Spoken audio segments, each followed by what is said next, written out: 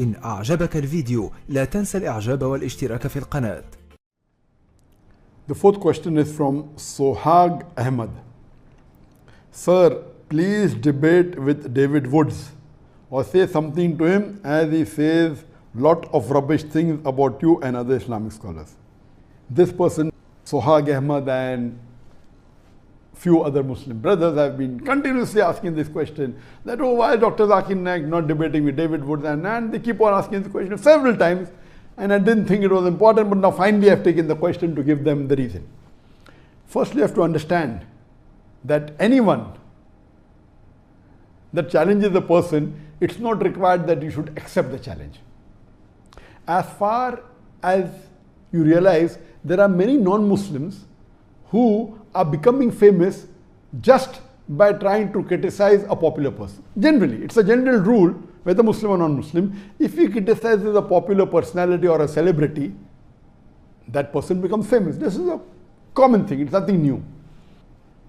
So because of that, David Woods is one of the Christians who has spoken against me and spoken against some of the other Muslim scholars and tries to challenge them. Why I have not accepted such challenges? The reason is that first of all, we should not give publicity to such people. That is the reason I didn't want to answer this question. Then I thought of answering the question without taking the name of David Woods.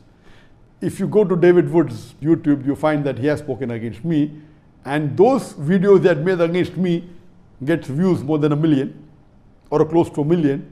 So we are giving him free publicity. There was a time when I was involved in the Dawah in my initial stages in the early 90s, and when internet was new. In the mid-90s, internet was new, and when I went to America in the mid-90s, one of the first sites that was against Muslims was Answering Islam, and the person who used to run this site was Joshin Katz. And that time we were new in the field of Dawah, and when anyone wrote against Islam, I used to go out of the way and reply to them. Anyone wrote against me, I used to reply to them. And then I realized the moment we reply to them, we have another 10 counter questions. So what we realized, that my positive work is being stopped. If really that question is a logical question or a question that deserves a reply, should be replied. But these frivolous arguments, at that time when I was new, I told Joshin Katz that, okay, do you want to debate with me? You're writing against Islam. He said, do you think I'm a fool to debate with Dr. Zakir Naik? That was his reply. So if you see in the initial stages of my Dawah in the late 90s, in the early 2000s, I had many debates. And then I realized that debating is not the best, it should be done when required. But better is to talk about, give lectures on similarities between Islam and Christianity, similarities between Islam and Hinduism. But when required, yes.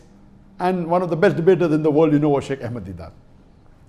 But then we realized that there were people who started challenging me. And one such person was from USA again. I'll tell you his name. Sam Shamoon. And when I went to Chicago, I met him. He said, oh, I want to debate with you. I said, send your guru. And then I had a debate with his guru, Dr. William Campbell. And when I accepted this debate, I was called by the students of USA that Dr. William Campbell wrote a book, Quran and Bible in the Light of Science. And he took out about 30 scientific errors in the Quran. And for 8 years, no Muslim replied.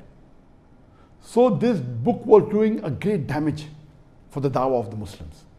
And no one replied, so I took up the challenge. I read the book and I went and I debated with. And alhamdulillah, in Chicago, there were two groups among the Muslims. One group was against the debate. What is this? No one replied. And now this Zakir, who is this young man coming from India, how will he reply? So half the Muslims were against the debate and half the Muslims were for. Alhamdulillah, the debate took place in Chicago and Allah's help was there. Allah's mercy was there, and it was a very successful debate. So much so that after that, alhamdulillah, William Campbell, who got a doctorate in writing a book against Islam, mashallah, it lost its popularity. Later on, then I made a policy that after my videos started becoming popular, then I had a rule. I will only debate with those people who are popular. Then we realized that those people who are not popular started challenging to become popular. And I'll give you a very good example. You know Sheikh Ahmed Deedat. He debated with Jimmy Swaggart. And Jimmy Swaggart at that time was one of the most popular televangelists. He was multiple times more popular than Sheikh Ahmed Deedat. Many people told him, don't go, he will chew you and spit you. But Alhamdulillah, Sheikh Ahmed Deedat had the help of Allah and he gave a knockout to Jimmy Swaggart. We have another example, he debated with Anis Furosh. Anis Furosh wasn't known at all. But when Anis Furosh debated with Sheikh Ahmed Deedat, Alhamdulillah, won him lock, stock and barrel, but Anis Furosh became popular. So what we realize that when you debate with someone who's popular and an unpopular person debates with a popular person, the unpopular person becomes famous overnight. So why should we make the unpopular Christian missionaries as popular? So then I had a policy that anyone wants to debate with me should minimum have at least 2% of the audience that I have in my largest gathering. And earlier I said that anyone who can gather 10,000 people individually for a lecture, I will debate him. After that, there was a middle person who requested him to debate with Sri Sri Ravi Shankar. And you know Sri Sri Ravi Shankar is one of the most famous Hindu preachers in the world. One of the most. It comes in number 1, 2 and 3. And he has a large following. He has a audience of 20,000, 50,000, alhamdulillah. I accepted the challenge and we had a debate in year 2006 in January in his hometown Bangalore. And Allah's help was that it was a very successful debate. The topic was concept of God in Hinduism and Islam in the light of sacred scriptures. Since 2006, there are many people who challenge me for a debate. And when anyone challenges me, I say that I don't waste my time. There are hundreds of people who address large audiences. They're very popular. And my largest gathering that I have given a lecture is previously was in Kerala, then it was in Kishanganj, Bihar, where more than 1 million people attended. So 2% of 1 million is 20,000. So my criteria was I would not mind debating any non-Muslim on any topic of comparative religion as long as he can gather minimum 20,000 people for his live lecture. Not a conference. In conferences there are 20, 30 speakers. They might not have come for him particularly. So if a person gives a solo lecture and if he can get audience of 20,000 people live, not on the YouTube, not on the Facebook, 20,000 live sitting, then I don't mind debating him.